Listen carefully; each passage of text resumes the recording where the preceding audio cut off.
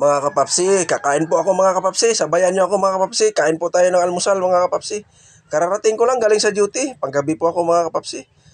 At hindi muna ako na malingki at marami namang ibang-ibang klaseng ulam dito sa bahay. Sabi ko, ito na lang kakainin ko.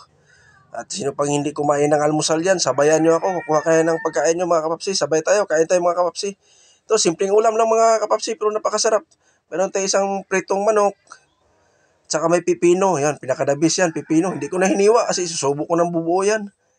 Yan, oh. At ang crunchy-crunchy talaga. Tumutunog-tunog pa. Yan, tapos may tuyo kalamansi tayo. Hindi ko na nilalagyan ng sili mga kapapsi. Tsaka may kanin din ako. Ayan. Maganda yung kanin ko kasi hindi na siya masyado mainit. Kaya kayang-kaya ko na, kakamayin ko na lang. Yan. Yan, pritong talong. Plano ko kasi nitong talong, itorta. Sabi ko, wag na, prito ko na lang. Yan, sinabay ko na rin sa pagprito ng manok. Ayan na. At least may ulam na. Kasi medyo pagod ako panggabi ang duty. Kaya sabi ko, mamaya na lang ako mamalingki. Ito na lang ang kakainin ko. Yan, pritong talong. Tsaka yan, sausawan din tayo. Yung kalamansi, yan. Talagang mga ganitong klaseng pagkain mga kapapsi. Hindi sa pagmamayabang. Talagang mapapa-extra rice ka talaga dyan. Lalo pag ganyan, pritong talong. Ay, yung pinaka-paborito ko talaga yan.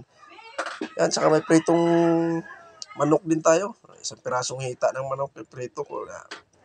Talagang lalong mapapasarap yung kain natin dito. Yan. Yan. Sabi ko, torta na lang yun sana yung talong. Ay, sabi ko, prito na lang yan para mabilis. Kasi kain lang sa almusal lang. Yan. Yan po yung ating pipino. Yan. Yan, sino pang hindi kumain dyan, mga kapapsi? Kain tayo. Yan. Dandahanin na lang natin. Kasi bukas pa rin ang umaga yung pasok ko. Ngayon, wala akong pasok ngayon. Papahinga muna tayo dahil straight duty po ako kahapon. Yan, napakasimpleng ulam, mga kapapsi. Napakasarap. Pritong talong, mga kapapsi. Sarap yan, lalo na pag may bagoong. Maganda sana kung may bagoong. Wala tayong bagoong eh. Hindi tayo makatsimpo sa palengke kung may nagtitinda ng bagoong. Kasi ano sana, yan sana ipapartner natin sa talong sana. Yan po mga kapapsi. Yan, nilakihan ko na talaga ng subo mga kapapsi.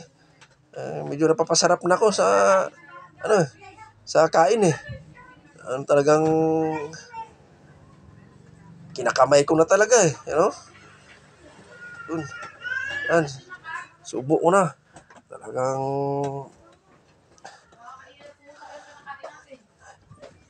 kain muna tayo mga kapapsi. Yan, dandahanin ko lang sa pagkain. Yan, yan, napakasarap talaga. Ano? Yan, pag minsan ka lang makakain ng pritong manok tapos ikaw magluluto, talagang masarap talaga eh. Parang piling na piling mo talaga na talagang malasahan mo talaga yung kinakain mo eh. Yan, yan, tinan mo yung kanin ko mga kapapsi oh.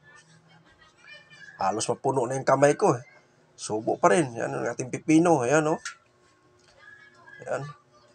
At saka paubos na rin yung aking kanin mga kapapsi. Ako po'y nagpapasalamat sa inyo sa walang sawang suporta nyo sa akin mga kapapsi. At sa hindi ko naman nasuportahan, ako po'y manghingi sa inyo ng pasensya o wag na po kayo magtampo dahil babawi na lang ako sa next month. Kasi may inasikaso pa ako. Medyo mahigpit kasi yung pinapasukan ko. Bawal ang cellphone. Kaya sana maintindihan nyo ako. Hindi ko naman kayo nakakalimutan kung sino kayo. Alam ko naman. Dahil kayo po ang tumutulong sa akin nung nag-uumpisa pa ako. Sana maintindihan nyo ako. Ako po humingi ng pasensya sa inyo. At saka maraming salamat po sa walang sawang suporta sa inyo mga kapapsi. Hindi nyo ako pinapabayaan. At sana busog po ako sa aking kinakain at magbigay ng lakas sa akin. Binigyan natin ng Panginoon ng ating pagkain. At dito na lang ako. Bye-bye.